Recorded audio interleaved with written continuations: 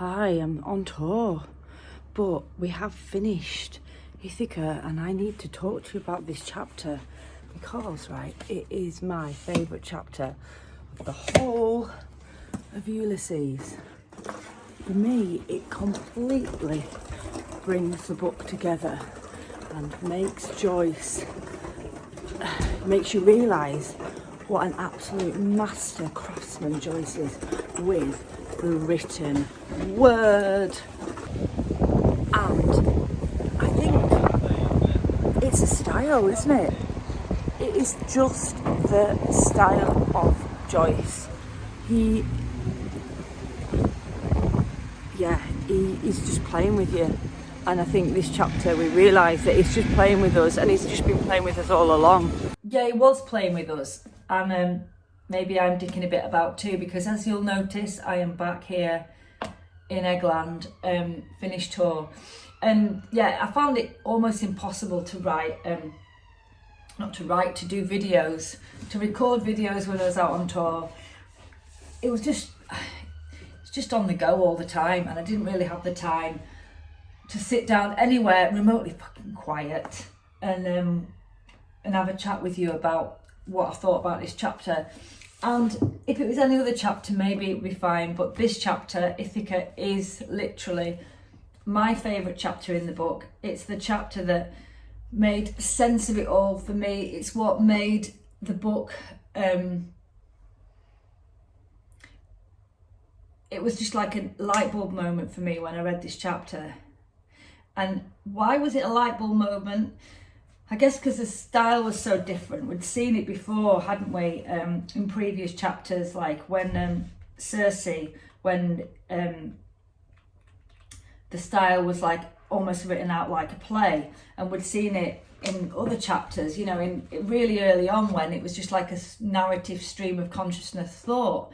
But when sort of Joyce went a stage further and did this very formal, almost like essay question and academic essay answer, I just thought it was absolute genius. Such a different way of getting the message across to the reader about what's happening in this book, because really that's all what books do, don't they? They just basically tell a story to the reader, and there's a million and one ways of telling a story to a reader, but most authors choose to do it in the same style every single time.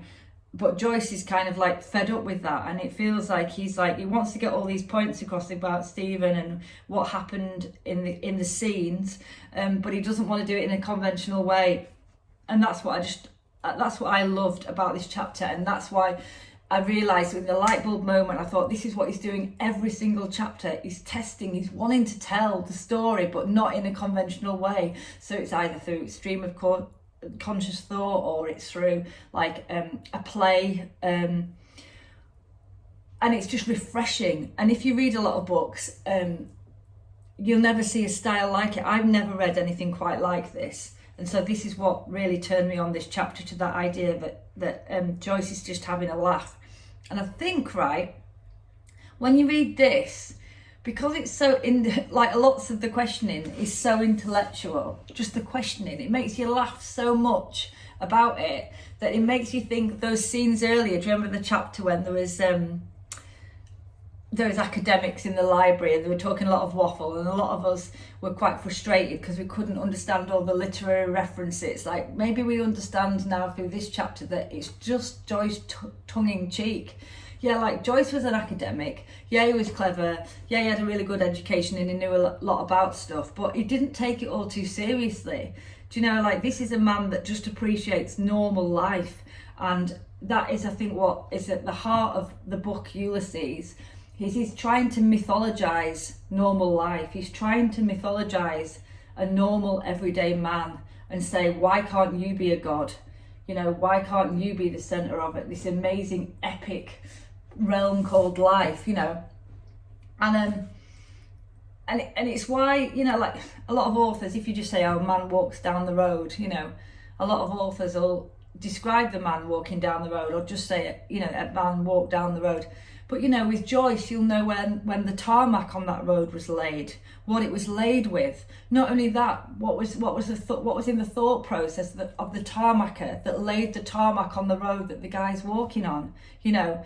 And that's what I'm interested in. Like, I'm not interested in that the man walks down the road. I'm interested in all the rest of it, because human life is all connected together, innit? Like, it's all one big thing, and all of the tiny little things in life make the bigger picture.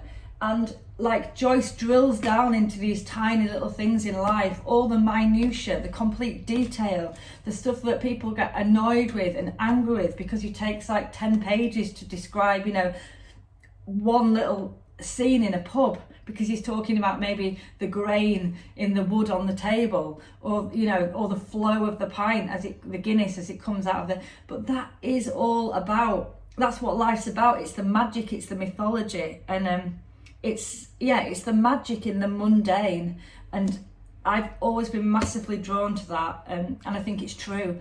I think people always try and aspire to. You know, oh, what will happen if I get this? What will happen when things change? Or wouldn't it be great to go there or to do this? Like, there's magic all around you wherever you live. Like, there's magic in the shittest, most craziest, normal neighbourhoods. And this is what Joyce is saying. He wants to mythologize a 24-hour period in just a normal city with normal people, and I think he does this. Anyway, I'm going on generally about the book there because that is just how much I love this book, and I think I've just been keen to kind of tell you that since I got back off tour. And also, crew, we are nearly at the end, right? Literally, we've got one chapter left after this, and I'm so proud of everyone that's hung on, because it's not an easy book to read. And but I said that at the very beginning, you know, like, this is not reading for pleasure. You've got to redefine what you get out of reading if to read Ulysses and succeed at reading it. And I hope that the ones that if you are sticking with it are getting something out of it. Right, going on to quickly, because I don't want to make a really long-winded video, why I loved this chapter. Well, apart from, mainly, the main thing is its style. It gets across everything that you need to know in a normal chapter. You know, you find out stuff about Bloom, about Stephen, but it's just the way that you find that out is really interesting. And of course, so it carries on from the last chapter where you see Bloom taking Stephen home from the night cafe, and he says, come on, you know, you've had too much coming to my house.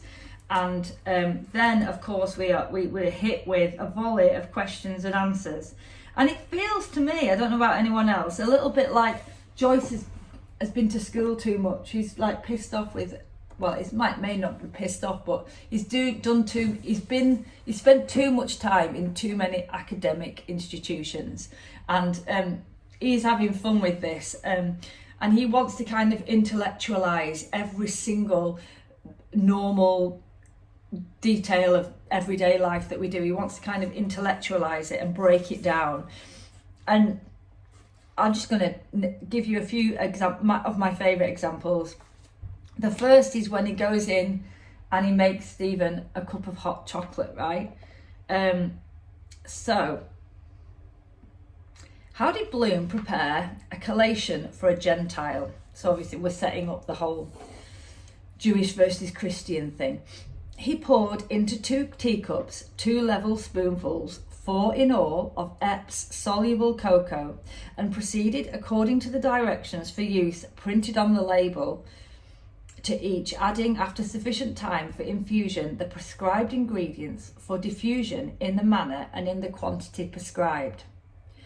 What supererogatory marks of special hospitality did the host show his guest?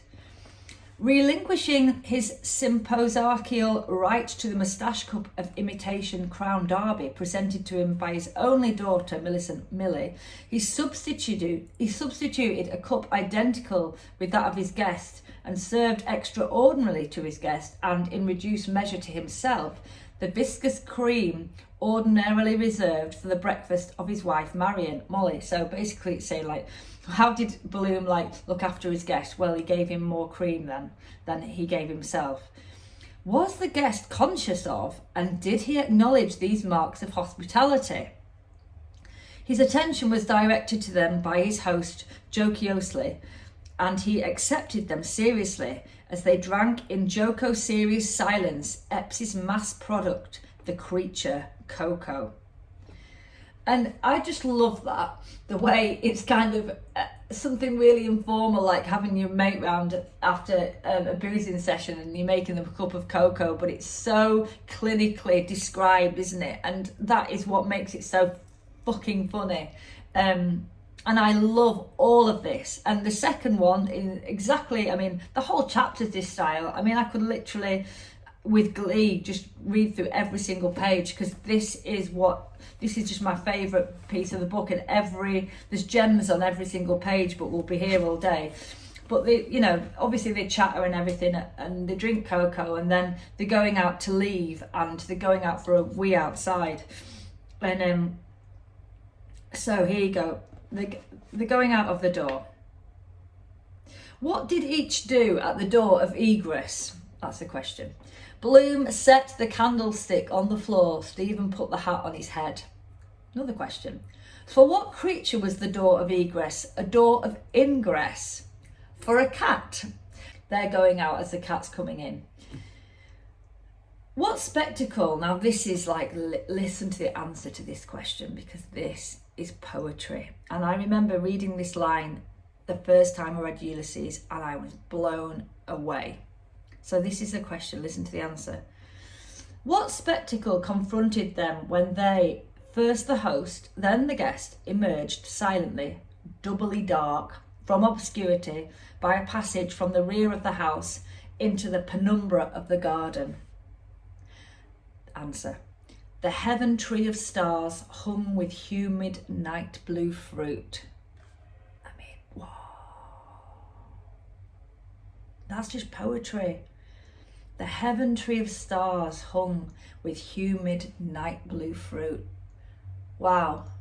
So it goes from, you know, having a bit of a laugh to absolutely stone cold dead, beautiful poetry in prose. It's wonderful. And then obviously Bloom goes on. With what meditations did Bloom accompany his demonstration to his companion of various constellations? So they're basically talking about the stars, and, you know, Bloom and Stephen are talking about the stars, and then the focus goes on to them pissing in the back garden.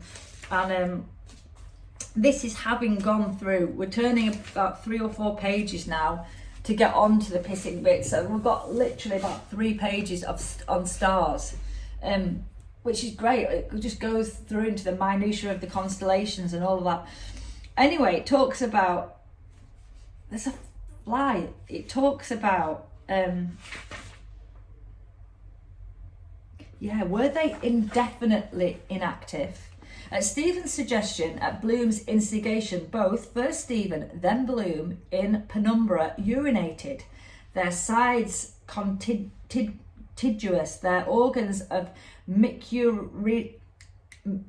can't even pronounce it, micturiation reciprocally rendered invisible by manual circumposition. Their gazes, first Bloom's then Stephen's, elevated to the projected luminous and semi-luminous shadow.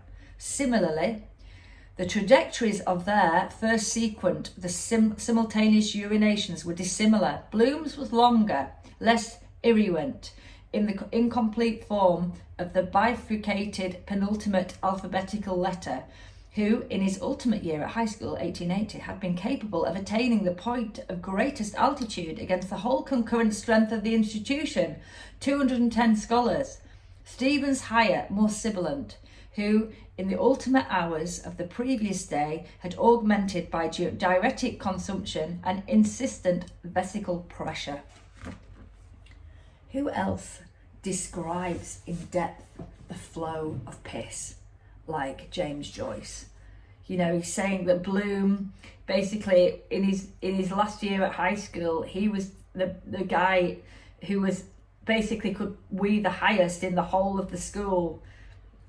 I mean, it's just brilliant. And then Stephen leaves after he's had a piss, and And Bloom goes back inside and he goes upstairs and starts getting ready for bed. And again, there's beautiful stuff, loads of questions, you find out loads of things. I can't go into it all, we're nearly like 15 minutes into this video already.